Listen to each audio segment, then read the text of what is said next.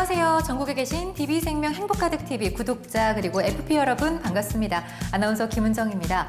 자, 오늘은요. 지난 시간에 이어 김진희 강사님 모셔왔습니다. 안녕하세요, 강사님. 안녕하세요. 김진희입니다.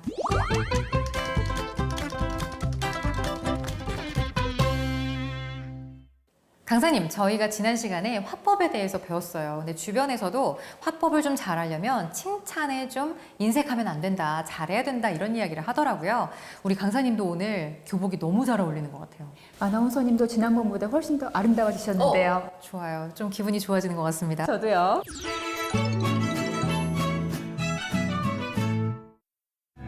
오늘 강의 주제가 영업의 보수가 되는 소통의 비결인데 주제만 들어도 좀 기분이 좋아지는 것 같습니다. 그런가요? 네, 이게 소통이 잘 되면 영업이 잘 된다는 얘기기도 하잖아요. 네. 그럼 소통을 잘하기 위해서는 어떤 게 필요할까요? 질문을 하면 제가 좀 답변이 좀 약해요. 어떻게 얘기를 해야 될지 모르겠네요. 일단 소통을 네. 잘하기 위해서는 상대가 내 말에 호감을 느낄 수 있어야 합니다. 호감이요. 네. 말씀해주신 내용은 이해가 되는데 우리가 시간이 좀 한정돼 있잖아요. 그 안에 상품 설명하기도 진짜 빠듯하거든요. 그렇다 보니까 호감을 느끼게 해줘도 좀 시간이 짧다 보니까 임팩트 있게 하는 이런 방법이 필요할 것 같거든요. 그럼 방법 있을까요? 네, 있습니다. 너무 좋아요. 알려주세요. 바로 칭찬을 하는 거예요. 칭찬하는 거 네. 우리 아까 하지 않았나요? 그쵸. 그래서 지금 기분이 서로가 다 좋잖아요. 그렇네요. 상대에게 나에 대한 호감이나 상품에 대한 호감을 높이기 위해서는 네. 가볍게 터치하듯 칭찬을 해주세요. 여기에 말의 시작과 끝에 너무 부담스럽지 않게 칭찬을 해주는 게 좋을 것 같습니다. 많은 분들이 한 번쯤은 스몰 토크라고 들어보셨을 거예요. 네네. 스몰 토크는 상대방과 거리를 좁힐 수 있는 아주 좋은 방법인데요. 이 협상을 하거나 조정을 하는 공적인 자리에서 좀 서로 부담을 덜 수 있는 좋은 방법이기도 하죠. 네. 또 이렇게 우리가 친밀감을 느끼게 되면은 다시 냉정한 상태로 돌아가는 걸 어려워한답니다. 그렇군요. 우리의 뇌는 서론, 본론, 결론이 있는 경우, 처음, 중간, 끝이 있는 경우 처음과 마지막을 기억을 잘합니다. 그러면 말의 시작과 끝에 칭찬을 해주면 좀 오래 남는다는 거죠. 근데 강사님, 우리가 호감을 높이기 위해서 칭찬을 하라는 건 이해가 되는데 무턱대고 그냥 칭찬하는 게 또 역효과가 날 수도 있잖아요.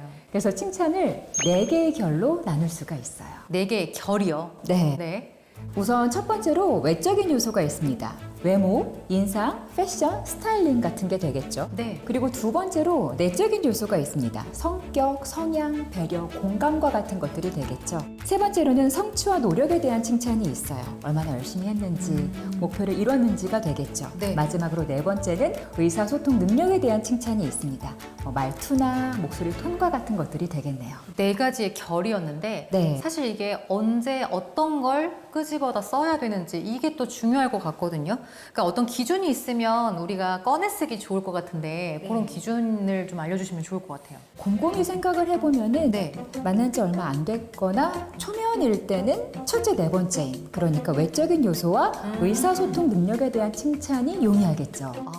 그리고 가까워진 상태에서는 좀 더 잘 알게 된 사이잖아요. 네. 내적인 요소와 성취 노력에 대한 칭찬이 가능하겠습니다. 이렇게 말씀해 주시니까 좀 정리가 되는 것 같아요. 저희로 예를 들면 네. 만난 지 얼마 안 됐으니까 네. 1번과 4번 그러니까 외적인 요소와 의사소통 능력에 대한 칭찬이 좀 훨씬 수월하지 않을까 싶네요. 예를 들어 이런 거죠. 아나운서님 얼굴이 참 작으세요. 1번이죠. 외적인 네. 요소. 아나운서님 목소리가 참 좋으세요. 4번이죠. 의사소통 능력에 대한 요소. 네. 이렇게 이야기하니까 네. 저도 강사님한테 호감이 확 생기는 것 같아요. 뭔가 이 사람이 나에게 정말 좋은 감정을 가지고 있다라는 마음에 좀 안심도 되는 것 같고요. 더 집중도 되고요. 네네. 네, 인간은 선택적인 지각을 합니다. 보고 싶은 것만 보고 듣고 싶은 것만 듣습니다. 그래서 시작과 끝자락에 칭찬이 담기면 어떨까요? 나와 함께하는 그 시간과 공간과 이야기와 더불어 상품과 서비스까지 선택적으로 픽할 확률이 훨씬 더 높아지겠죠? 강사님, 근데 칭찬을 그때그때 상황에 맞게 잘 설명한다 하더라도 표현하는 게 좀 서툴다 보면 잘 전달이 안 될 수도 있잖아요. 유의사항 같은 게 또 있을까요? 내가 스몰 토크를 잘하더라도 명확하게 전달하지 못한다면 FP분들이 좀 난감하시겠죠? 네. 여기에서 좋은 설명을 하는 게 중요한데요. 좋은 설명이란 게 뭘까요? 좋은 설명이라고 딱 말씀하시니까 떠오르는 건 상대방이 나의 말을 좀 더 잘 귀 기울여 들을 수 있는 설명? 그런 게 아닐까 싶어요. 상대가 나의 말에 집중하고 있다면 네. 지금 내가 대화를 주도하고 있다는 증거겠죠. 그때 좀 방법이 필요하지 않겠어요? 네. 이게 과정이 있어야 또 결과가 있는 것 같아요. 네, 요즘 더욱 사랑받고 있는 철학자죠. 쇼펜하우어가 한 유명한 말이 있습니다. 사색 없이 만들어진 말에 타인의 머릿속을 혹사시킨다. 이 말이 정리가 안 되면 상대가 어려워할 수 있습니다. 네. 그래서 좋은 설명을 하기 위해서 일명 말의 구조와 훈련을 튼튼히 해야 합니다. 말의 구조화 훈련. 네, 아, 이게 일단 구조를 어떻게 하는 건가요? 스피치 법칙 중에서 what, why, how 기법을 설명해 볼게요. 네. 이게 말하는 사람이 자기의 말들을 좀 정리할 수 있는 요긴한 방법이 될 것 같습니다. What? 내가 할 말 중에서 중요한 키워드부터 찾아보는 거죠. Why는 내가 이 말을 왜 하는지 언급해주면 되겠죠. 그럼 상대가 훨씬 더 순응할 겁니다. 사람의 뇌는 Why를 듣게 되면 나와 비슷한 걸 찾으려 하고 정당화하게 됩니다. 그럴 만한 근거가 있다고 믿게 되는 거죠. 네. 그리고 마지막 How는 말 그대로 구체적인 예시나 방법을 들면 되겠습니다. 생각해보니까 저도 좀 그런 것 같아요. Y에 어떤 해당하는 말을 제대로 잘 들으면 나도 공감이 되고 그 말을 조금 더 신뢰하게 되는 그런 느낌이 듭니다. 적절한 예가 있을까요? 네. 우리 입장에서는 보험이나 금융에 대한 소개를 할 때 기묘하게 쓸 수 있겠습니다. 예를 한번 들어볼게요. What? 치매 보험. 네. Why?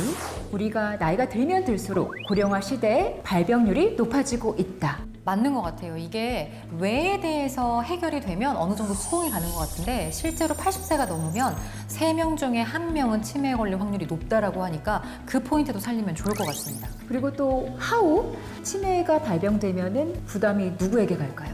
자식들한테 가죠. 네, 그 비용 부담이 자식들에게 고스란히 갈 수 있다라는 예시 같은 것들이나 데이터 같은 것들도 좀 들어주시면 좋을 것 같습니다.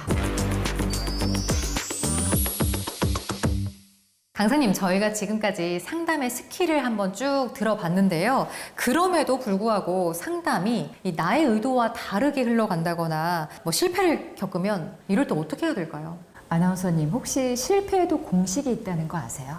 아, 그래요? 몰랐어요. 실패의 공식이 하나 있다. 모든 사람의 비위를 맞추려는 것이다. 입니다. 아, 그러니까 이게 다 비유 맞출 수 없다. 이 얘기를 좀 받아들이라는 거죠? 네, 제가 강의를 할 때 많은 분들에게 여쭤봐요. 혹시 네. 거절을 잘 받아들이시는 편인가요? 이렇게 질문을 하면 대부분이 그게 어려워서 제안하는 것도 만만치 않다고들 하시더라고요. 그런 것 같아요. 근데 이게 지속되거나 반복이 된다면 좀 스트레스로 나타나고요. 대인관계를 맺거나 업무를 할 때도 차질이 생기겠죠. 이게 일종의 작은 트라우마로 발현되는 건데요. 심리학에서 이걸 거절 민감성이라고 합니다. 그럼 아나운서님, 네. 거절 민감성 간단하게 한번 테스트 해볼까요? 좋아요. 제가 6개 항목을 가지고 왔어요. 네. 1번, 상대방에게 미움받을까봐 거절을 못한다.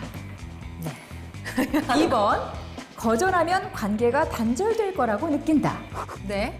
3번, 주변 사람들에게 거절을 당할까 두렵다. 4번, 거절당했을 때 나를 상상하면 괴롭다. 네. 5번, 거절당하면 우울하고 부정적이게 된다.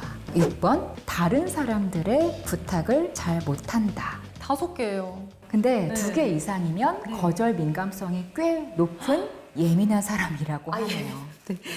이게 근데 그럼 극복할 수 있는 방법이 중요한 거잖아요. 약간의 느슨함만 있으면 될 것 같아요. 모두가 다 나를 좋아할 수 있을까요? 그렇지는 못하죠. 모두가 다 나를 좋아하고 나의 의견을 100% 수긍하는 상황은 그 어디에도 없습니다. 그래서 4번의 상담에서 1번을 성공했다면 하나밖에가 아니라 하나나, 2개밖에가 아니라 2개씩이나 라고 좀 사고를 전환해 보는 거죠. 거절 민감성을 낮추게 되면 좀 부담이 덜어지겠죠. 그러면은 대인관계도 훨씬 더 원활해지고 업무를 할 때도 효율이 높아질 수도 있겠습니다. 네, 오늘은 지난 시간에 이어 다시 한번 김진희 강사님과 함께 소통의 의미와 그로 인해 영업의 효율성을 높일 수 있는 실질적인 방법에 대해서 알아봤습니다. 그 중에서도 저는 오늘 방송 끝부분에 강의해 주신 거절에 대한 부분이 정말 크게 와닿았는데요. 강의에서도 언급됐지만 모두가 나를 신뢰하고 나의 의견을 100% 수긍하는 건 없다라는 건데, 이는 거절을 의연하게 받아들여서 다음 상담의 영양분으로 사용하자, 이런 의미가 아닐까 싶습니다. 여러분, 탱탱볼을 세게 치면요, 그 세게 치면 칠수록 높이 솟아오르잖아요. 그런 것처럼 우리가 느끼고 생각하고 표현하고 판단하는 이 과정이 쌓이면 쌓일수록 우리는 보다 더 단단해지고 노련해질 겁니다. 영업가족 여러분의 성장과 성공을 위한 생각이 바뀌는 10분 체인지. 오늘 저희가 준비한 내용은 여기까지입니다. 저희는 다음 시간에 찾아오겠습니다. 시청해주신 여러분 고맙습니다.